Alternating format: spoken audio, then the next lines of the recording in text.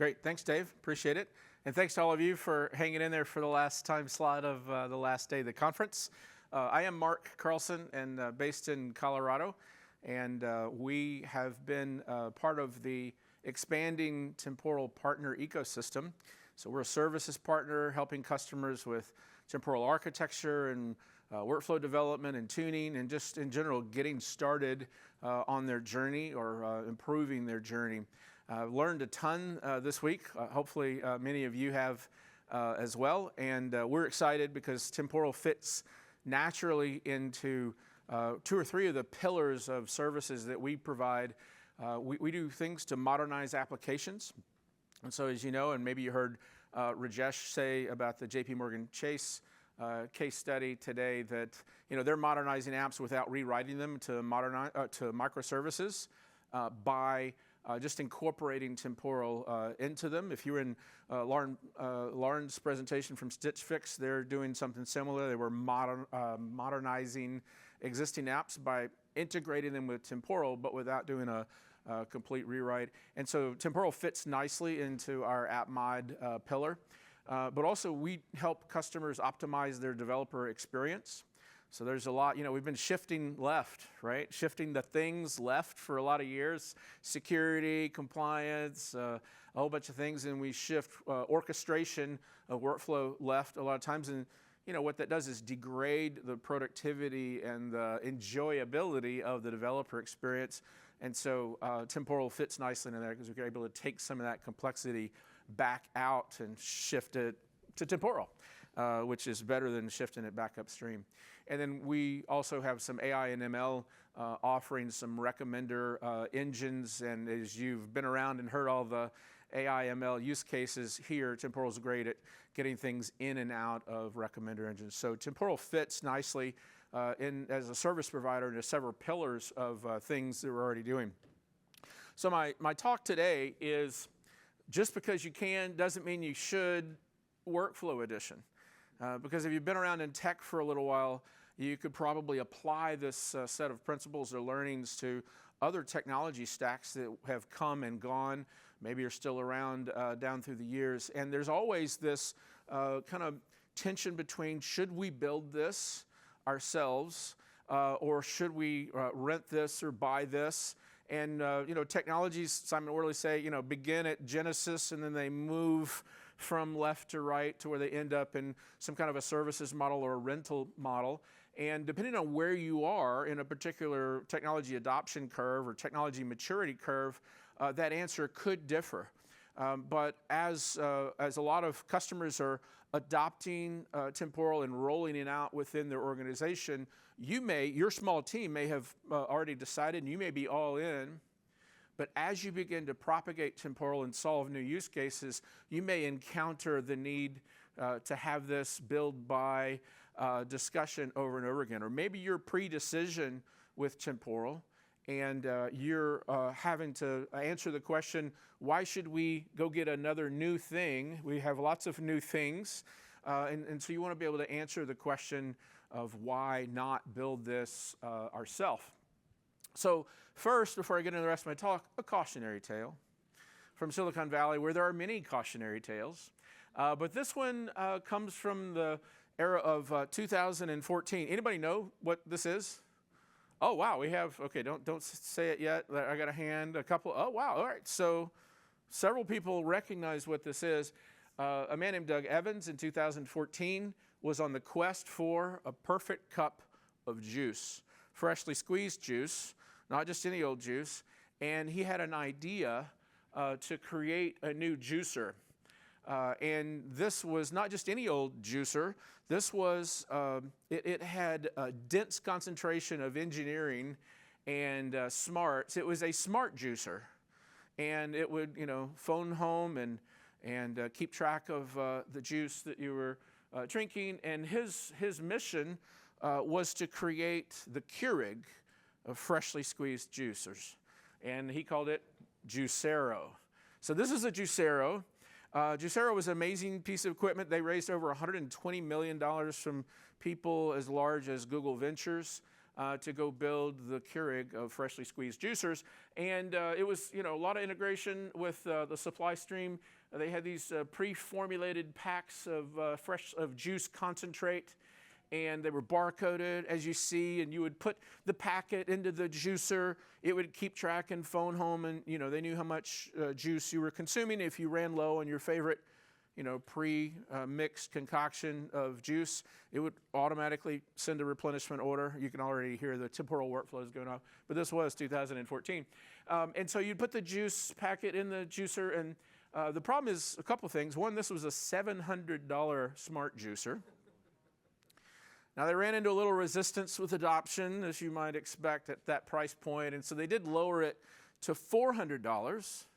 And that helped, but not enough. But what was really the death knell for Juicero is Bloomberg did an article and a video, which you can still find today because I watched it a few times, in which they demonstrated that with your own two hands, you could take the bag of pre-processed juice concentrate and squeeze it, and you would get the same quantity of juice in the same amount of time at the same quality, but without the $700 juicer. And unfortunately, that went viral, and that was kind of the beginning of the end for Juicero. And so you might just say that Juicero was just not worth the squeeze, right? So what does that crazy story, what does that crazy story have to do with why you're here? Well, this was a solution in search of a problem. And I'm sure they did the total addressable market studies and thought that that would be worth it. Obviously, Google got behind it to some degree. But we can think about this when we're doing our build-buy discussions on any technology, but especially on workflow engines. And, first to kind of understand this, we need to think about, well, why do teams DIY things? Why do they build things? And one, I've already referenced Simon Morley one time today, but one of the things I love that he writes about, and Simon's been an author and curmudgeon and former CIO of Ubuntu back in the day, but he writes about three cultures that you find in almost any organization: pioneers, settlers, and town planners. And often we can find those in technology organizations. Pioneers, those are your people who love to do new things. They love to go new places and adopt new technology, and they're addicted to change. And some of you are probably pioneers. Maybe many of you in here are pioneers. Settlers come behind the pioneers. Pioneers, they don't need a trail. They don't need a blaze on a tree. They're just going where no man has ever gone before. And but settlers, they at least want like a wagon trail to follow or a blaze on a tree somewhere. And they're going to go when there's a little bit of a established path, right? Your settlers are going to go, and when the settlers get to the destination, what are they going to do? Well, they're going to, put down some boardwalks and maybe pave a street and open a school and a church and, whatever. And so there's going to be a little settlement or a town there. And then you need town planners. And the town planners, they're going to come a little bit later. And town planner's not going to start on the journey, and they need more things. A town planner needs a street grid and electricity and school boards and things like that. Simon's point is each one of these cultures is actually super critical to have in your organization. There was Gartner, the bimodal thing with Gartner a few years ago, where if you were a 0 or a 1, if you weren't doing innovative things, you were kind of less than. Simon's point is that each one of these cultures is super important, but your pioneers are hardwired to explore new territories. And those are often the ones that DIY hard things. So pioneers blaze trails. Pioneers are undaunted by the unknown unknowns, right? If you think about the original pioneers and the mountain men and Jim Bridger and all those people, they would go places and they didn't need a trail, and they didn't need to know that there was a trail. They just needed to, go in a general direction. There's a great leadership book called Canoeing the Mountains, talking about Lewis and Clark, and they were searching for a water passage to the western U.S., which of course they never found because there's mountains in the middle.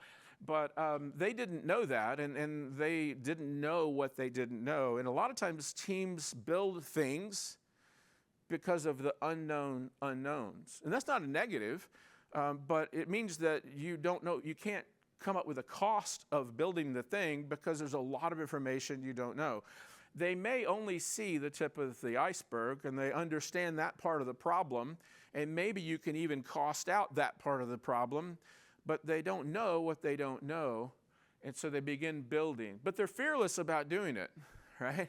The pioneers are fearless about doing it. Now, Lauren, who was just speaking here from Stitch Fix, talked about some things that they built on their own, but they did it back in 2011 when there weren't some other really good choices. So it's not always a bad thing to build your own. So I'm not trying to say that you should never do that.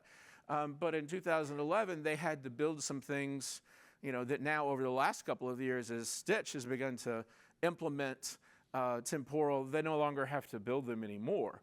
Right? And so that 80% that's below the waterline, or I think in an iceberg case, it's actually 90% that's below the waterline, you can't see it, and your pioneers are not going to be able to see the hidden cost of a big DIY effort. And then there's personal development. Okay, that is often a motivation for why teams build hard things. It's like, well, and this is admirable. Right? You want people on your teams and in your organization that are investing in themselves by learning new things. That's actually the source of a lot of innovation in your companies, is from pioneers learning new things and wanting to add skills to their toolbox.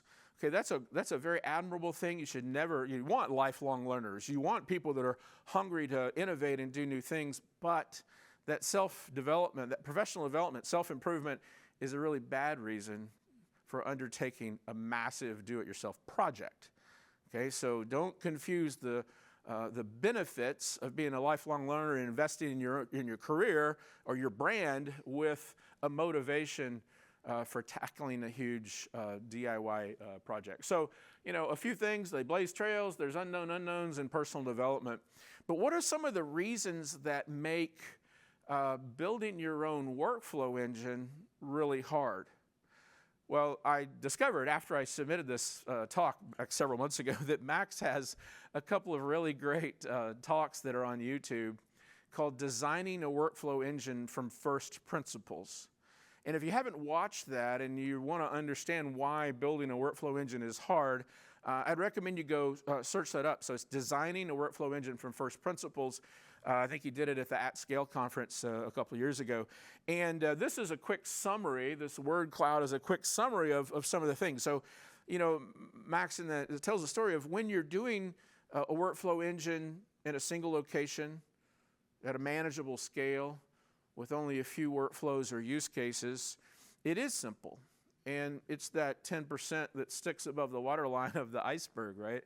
But as you introduce massive scale and mission criticality and a need to have auditability and a history service-like thing where you can go back and query all the executions that went through your workflow, it gets harder and harder. And emergent behaviors, begin to surface that you have to deal with. And so you might say, well, I need more scale, so I'm going to deploy a fleet of compute. And then you need to optimize performance. Well, then you need to co-locate your data with your compute. Well, now I have to shard my data, and now I have to, co-locate the shards within compute. And I need to have eventual consistency across the shard. I need to query all that execution history that's in all those shards. Now I have to query 1,000 nodes. All of a sudden, you've begun to experience some of that emergent behavior and complexity that you didn't think of when you were planning the project or pitching it to your boss in the first place. But I think for me, the thing that's, there's a few others, encryption, auditability, certifications for things like SOC 2 and HIPAA and GDPR and things like, you don't ever plan on doing those things at the beginning, right? I think for me, though, the thing that really is the hardest thing of all is, let's say you had experience of solving massively scalable problems, then you have to make it easy to use. And in order to get any kind of adoption, which you need adoption to impact the business that you're in, you not only have to solve all these hard problems, but then you have to make it accessible to other teams. You can't just build it for a team. You can't just build it and you have to study a bunch of super cryptic, hard to understand things in order to apply it to a new team. You have to focus on developer experience and usability and ability to onboard. And, as some of the new features that are being rolled out for, the billing interface on the user, the UI, the temporal user eye, because you need to be able to do things like charge back and show back if you're in a really large organization, right? Nobody ever wants to build that stuff, but you need it. So the usability and the developer experience are probably one of the hardest things of all, even if you've solved these other hard engineering problems.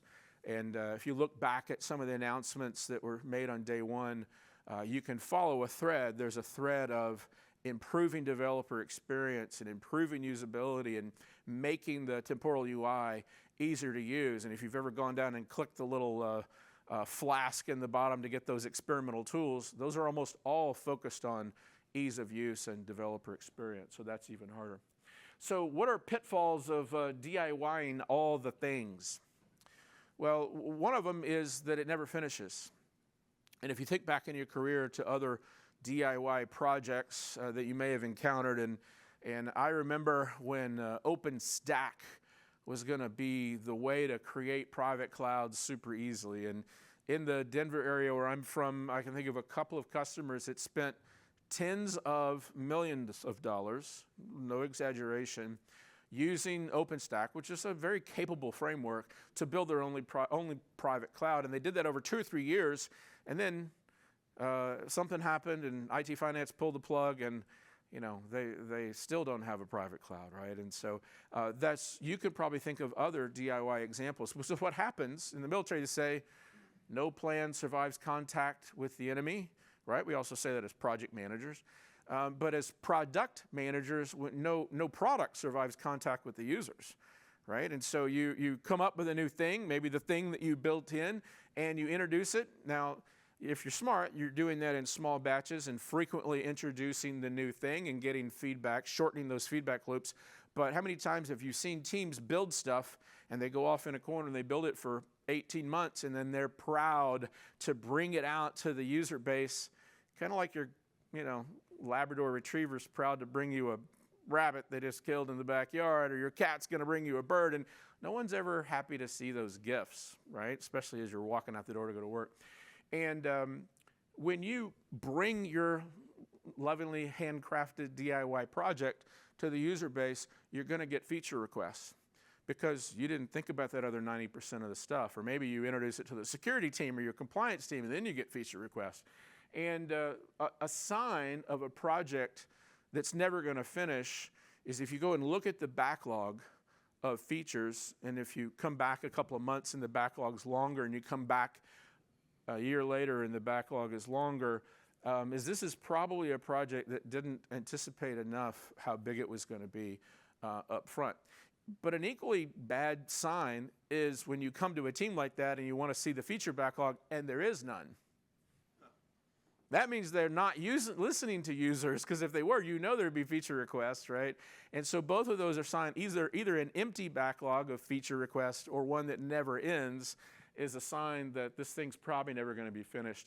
DIYing infrastructure things, middleware, plumbing of any sort, workflow engines, is almost never appreciated, right? And if you built your own thing, and maybe you had to in the environment or at the time that you built it, it's almost never appreciated. No CEO on an earnings call ever has said, the reason we crushed our numbers this year is because of the workflow engine that we handcrafted, right? You're never going to get the kudos or the appreciation for the thing.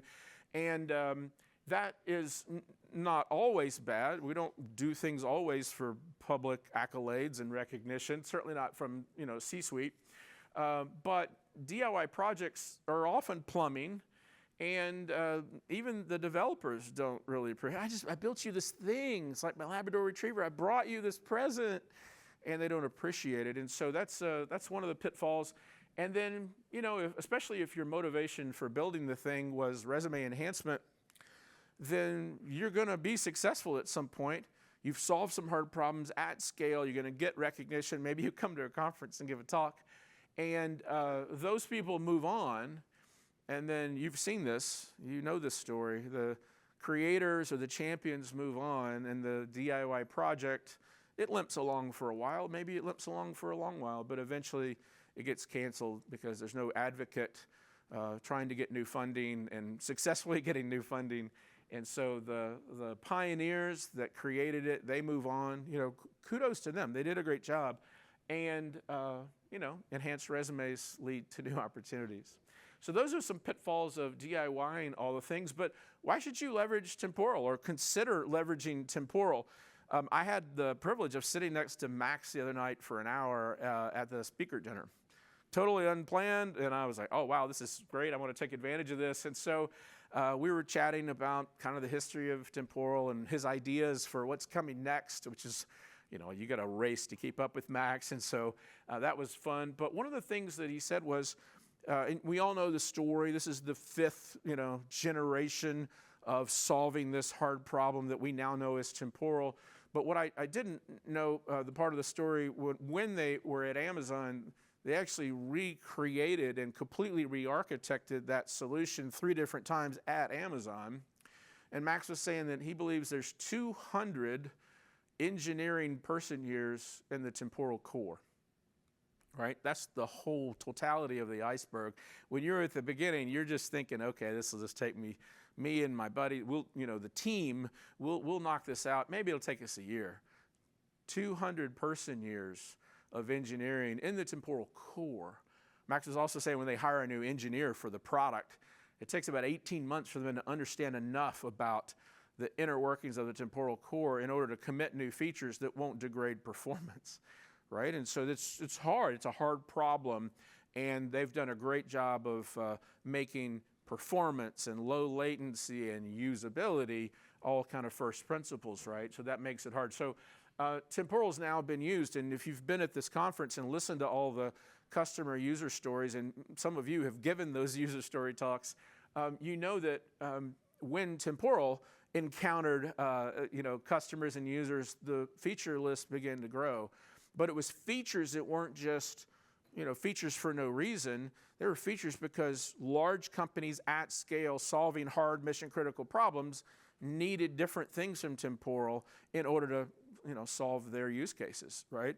Temporal now, since 2019, has been, its own thing, and you have been beating on it and forging it into what we now get to enjoy.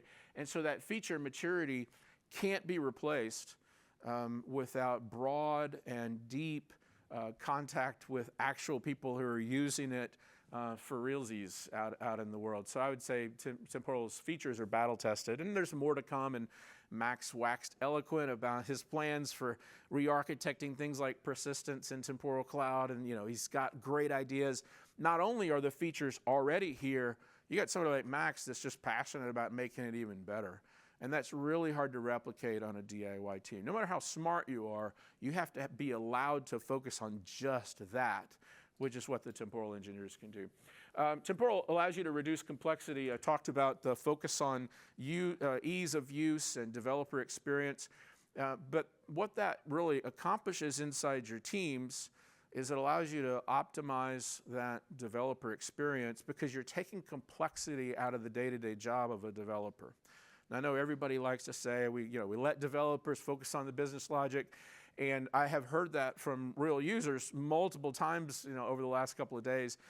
But anytime you can take friction out of the end-to-end developer process, that path to production of what it takes to go from ideation, I need a new, to running in production at scale. When you find the friction points in one of those processes and can take that out, then you increase productivity. You also increase satisfaction of the development team. So some of you are developers, and you can tell me whether that's actually true. So hopefully your job satisfaction goes up when you no longer have to lovingly handcraft your own orchestration or deal with band-aiding some orchestration on top of things like Kafka or messaging buses or things like that. So reducing that cognitive load allows you to onboard people onto your team more easily. You hopefully can retain them because you're not, you're taking things off of their plate instead of adding things on. So abstracting away. And then creativity.